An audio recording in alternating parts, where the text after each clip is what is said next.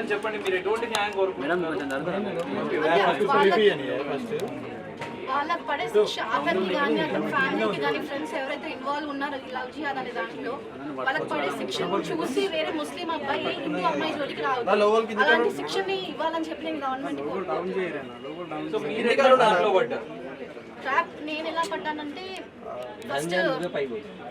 First shop అని చెప్పి రెంట్కి వచ్చాడు, దాంట్లో ట్రేడింగ్ చేస్తున్నా అని చెప్పాడు. దాంతో బిజినెస్ అని నాతో మాటలు మాట్లాడడం మొదలుపెట్టాడు.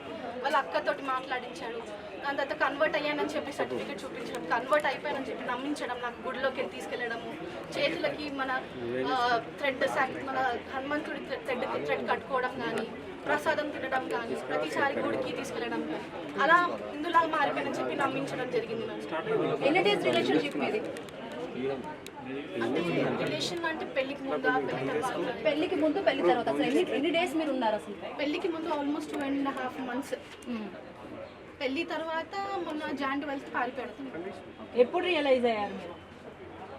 Jan 12 తర్వాత నేను మేడం సార్ వాళ్ళని కలిసి అనుకున్నాము. దాని తర్వాత లవ్ జిహాద్ అని అర్థమైంది నాకు అప్పుడు. అంటే నటాషా మీరు 2.5 months లో ఒక అమ్మాయిగా ఎలా తనకి మీరు యాక్సెప్ట్ చేస్తారు? అసలు లవ్ ఎలా యాక్సెప్ట్ చేస్తారు? ఒక వెల్ ఎడ్యుకేటెడ్ కదా మీరు, ఎలా నమ్మారు అసలు ముఖ్యంగా? ఎవరైనా కానీ అంటే ఆ వీడియోస్ చూపించి నిన్నే పెళ్లి చేసుకుంటాను, నువ్వు వేరే వాళ్ళని పెళ్లి చేసుకోవద్దు, నువ్వు వేరే వాళ్ళని పెళ్లి చేసుకుంటే అవి బయట పెడతాను అని అంటే ఏ అమ్మాయిని ఏం అర్థం చేసుకుంటుంది? ఒక పిచ్చి ప్రేమ అని చెప్పి అర్థం చేసుకోవడం జరిగింది. అండ్ హిందూలాగా మారిపోయాడు. ఏంటిదంటే ప్రూఫ్స్, నాతో గుడికి వచ్చేవాడు, పూజ చేసేవాడు గుడిలో కానీ, అండ్ ప్రసాదం తినేవాడు, చేతి దారం కట్టుకునేవాడు దేవుడు అని, అలా నమ్మడం జరిగింది. అతను హిందూలా కంప్లీట్ మారిపోయాడని చెప్పి.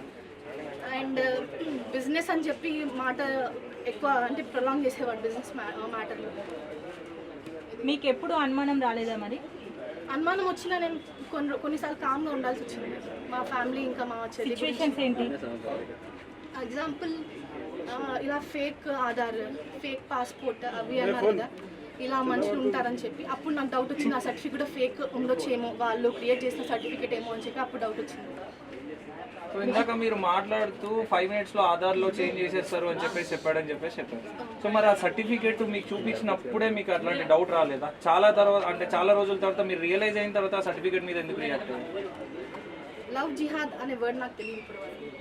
అంటే తెలిసిన తర్వాత అర్థమైనా అంత ప్రీ ప్లాన్ అని. సర్టిఫికేట్ చూసారంటే ఏ అబ్బాయి అయినా అంటే అమ్మాయి కోసం మారిపోయాడని అనుకుంటారు, కానీ అలా రాంగ్ వేలో ఆలోచించడం జరగలేదు సార్. కేవలం మిమ్మల్ని మాత్రమే తను ఎంచుకోవడానికి అంటే సెట్ ఆఫ్ అమ్మాయిలు అని అన్నారు కదా, ఎంచుకోవడానికి రీజన్స్ ఏమై ఉంటాయి అసలు మీ దగ్గర? ఎందుకు ఇవన్నీ? అంటే మాకు ఫ్యామిలీ బ్యాక్గ్రౌండ్ అంటే మాకు ఎవరు ఫాదర్ లేరు, నా అన్న కానీ తమ్ముడు కానీ ఎవరు లేరు, మేము ముగ్గురమే. అమ్మ నేను చెల్లి ఉంటాం, ఎవరు సపోర్ట్ లేదు, మామూలు సపోర్ట్ ఎవరు లేరు, మేము ముగ్గురమే. సిన్స్ 2.5 years మేము ముగ్గురమే ఉంటున్నాం. సో ఆ రీజన్ వల్ల నేను వాళ్ళకి ప్లస్ పాయింట్ అయిపోయాను. నన్ను ఈజీగా ట్రాప్ చేయడం జరిగింది. నేను ఎవరికైనా చెప్తాము అని అనుకున్నా కానీ ఎవరికి చెప్పే స్టేజ్లో లేను నేను, ఇలా అవుతుందని చెప్పి. సో ఇంకా ఎంతమంది ఉన్నారు ఈ ట్రాప్లో, మీకు ఏమైనా ఐడియా ఉందా? నాకు తెలిసినంత వరకు రేణు అనే అమ్మాయి, పల్లవి అనే అమ్మాయి ఇద్దరు ఉన్నారని చెప్పి విన్నాను అప్పుడు నేను. సో వీళ్ళ టార్గెట్ మొత్తం హిందువులేనా లేకపోతే? లేదు, హిందువులే, మొత్తం హిందువులే. అంటే మీరు అబ్బాయిలతో గెట్ టుగెదర్ పార్టీకి వెళ్ళారు అని చెప్పేసి అంటున్నారు కదా, మరి ఇప్పుడు అబ్బాయిలు వస్తున్నారు, మీ అతని ఫ్రెండ్స్ వాళ్ళు వస్తున్నారు అని తెలీదా? మా ఇంటికి ప్రతిరోజు వచ్చేవారు. మా కింద ఓనర్ అంటే అబ్జెక్షన్ చెప్పినప్పుడు స్వీట్ బాక్స్ తీసుకెళ్ళి ఇవ్వని చెప్పి మా మమ్మీకి స్వీట్ బాక్స్ ఇచ్చాడు. వాళ్ళకి ఏం డౌట్ రావద్దు. బయటికి వెళ్ళినప్పుడు నేను నవ్వాలి, ఏదన్నా చిన్న గొడవ చేసినా కానీ చంపేస్తాం, ఇంతే చంపేస్తాం, ఈ ఫొటోస్ బయటకు వస్తాయి అని చెప్పేసరికి నేను కూడా రిటర్న్ చేయడం జరిగింది. ఇంకా మారుతాడేమో అట్లీస్ట్ లాస్ట్ వరకు అని హోప్ ఉంది. కానీ అక్టోబర్లో ఏం తెలుస్తుందంటే ఆల్రెడీ పెళ్ళిళ్ళు అయిపోయి పిల్లలు ఉన్నారని చెప్పి. సో మీరు ఉన్నట్టుగా తన ఎక్స్ వైఫ్స్ కానీ వాళ్ళందరికీ తెలుసా? అందరికీ తెలుసు, ప్రతి ఒక్కరికి. అక్టోబర్లో వాళ్ళే డబ్బులు ఇచ్చి ఫోన్ ఇచ్చి పంపించేశారు నెల్లూరు నుంచి. అంటే వాళ్ళు మీకు సపోర్ట్ ఉన్నారా లేకపోతే ఎవరు సపోర్ట్ మాట్లాడారా వాళ్ళతో? ఎప్పుడైనా మాట్లాడితే వాళ్ళ అమ్మకి తెలుసు, ఆల్రెడీ మా ఇంటికి వచ్చింది, వాళ్ళ అక్కడికి తెలుసు. వాళ్ళ వైఫ్ ఏమంటుందంటే నాకు తెలిసింది కానీ తర్వాత పెళ్ళి అయిపోయిందని తెలిసిందని అంటుంది. వాళ్ళు ఉండడానికి రెడీగా ఉన్నారంటే వాళ్ళ దాంట్లో ఏంటంటే 7 to 8 wives కామన్ అంటే వాళ్ళకి. సో వాళ్ళకి ఏం అబ్జెక్షన్ లేదు అని చెప్పడం జరిగింది. సో ఈ ఇన్సిడెంట్ మొత్తంలో మీ ప్రాణభయంతో వాళ్ళు ఏమైనా చేస్తారు అని చెప్పేసి వాళ్ళు ఏం చేసినా మీరు సైలెంట్గా ఉండడం జరిగిందా? అదొక రీజన్ సార్, అది ఒక రీజన్. చాలా రీజన్స్ ఉన్నాయి కానీ అదొక మెయిన్ రీజన్. ఎందుకంటే నాకు ఎవరు లేరు వెనుక ముందు. మా ఫ్యామిలీ, మా మమ్మీ, మా చెల్లి నా ప్రపంచం. వాళ్ళ కోసం నేను ఏమని చేయడానికి సిద్ధంగా ఉంటాను ప్రతిసారి. అంటే బెదిరింపు కానీ ఏమైనా చేశారా మిమ్మల్ని? అవును మ్యామ్. ఎట్లా చేశారు అసలు? అంటే రీసెంట్గా నవంబర్లో ఒక మెయిల్ వచ్చింది. అతను హైదరాబాద్లో ఉన్నప్పుడు అతను మీ దగ్గర ఉన్నాడని తెలుసు, అతను తీసుకురాకపోతే మీకు నరకం చూపిస్తాను, ఐ షో యూ హెల్ప్ అని చెప్పి మీ బ్యాక్గ్రౌండ్ మొత్తం నాకు తెలుసు, ఎక్కడ ఏం చేయాలో అది చేస్తాను అని చెప్పి మెయిల్ పంపించడము, ఫోన్లలో తిట్టడము, ఫోన్లలో బెదిరించడము, ఇలా చాలా జరిగింది. అంటే డ్రగ్స్ లాంటివి ఏమైనా తీసుకున్నారు? ఇచ్చారు అని అనుకుంటున్నాను. ఇచ్చారు. అంటే మీరు చెకప్ ఏం చేయించుకోలేదా హాస్పిటల్కి? నేను రీసెంట్ మార్చ్ మంత్లో మొన్న మార్చ్లో మెడికల్ టెస్ట్ అయ్యింది. ఏమొచ్చింది? తెలియదు. సో ఫైనల్ గా మీరు ఎటువంటి న్యాయం కోరుకుంటున్నారు? అప్కమింగ్ జనరేషన్ కి మీ ఇన్సిడెంట్ ద్వారా ఎటువంటి మెసేజ్ ఇవ్వదలుచు? అంటే ముస్లిమ్స్ ఎప్పటికైనా ముస్లిమ్సే, ఇస్లాం వాళ్ళకి మెయిన్ ప్రయారిటీ. నాకు వాళ్ళు చెప్పింది ఏంటంటే Quran is the only book which did not change in start అని చెప్పి, అంటే స్టార్టింగ్ నుంచి ఖురాన్ మారలేదు, మిగతా అన్ని మీరు రాసుకున్నారు, మీరు అంటే ఐడిల్స్ అంటే మన విగ్రహాలు ఏంటి రాయిలు అంటారు వాళ్ళు, రాయిలకు పూజ చేస్తారు, దేవుడు ఎక్కడున్నాడు, మా దేవుడు ఖురాన్ పైనుంచి పంపించాడు, ఇలా చెప్పడం, బీఫ్ తినిపివ్వగానే వాళ్ళ దాంట్లో కన్వర్ట్ అయిపోతామంట మనం.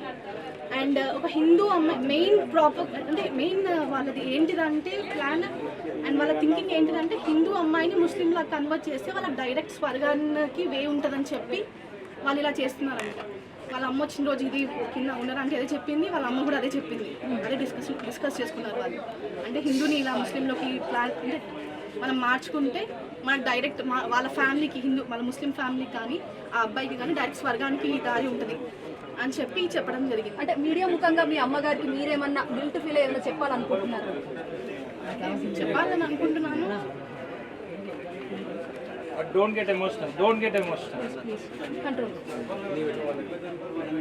వాళ్ళిద్దరే ఉన్నారు, ఇంకెవరు లేరు. వాళ్ళ కోసం నేను ఇంతవరకు నేను భరించాను. నాకు తెలుసుకొని తన కూతురు ఎప్పుడు తప్పు చేయలేదు అని చెప్పాలని అనుకుంటున్నాను. వాళ్ళని కాపాడడానికి నేను ఇంతవరకు అంటే నేను భరించాను. వాళ్ళిద్దరైనా సేవ్ అవుతారు అని అనుకొని నేను ఇంతవరకు రావడం జరిగింది. సో ఫైనల్గా మీకు కావాల్సిన న్యాయం ఏంటి అసలు?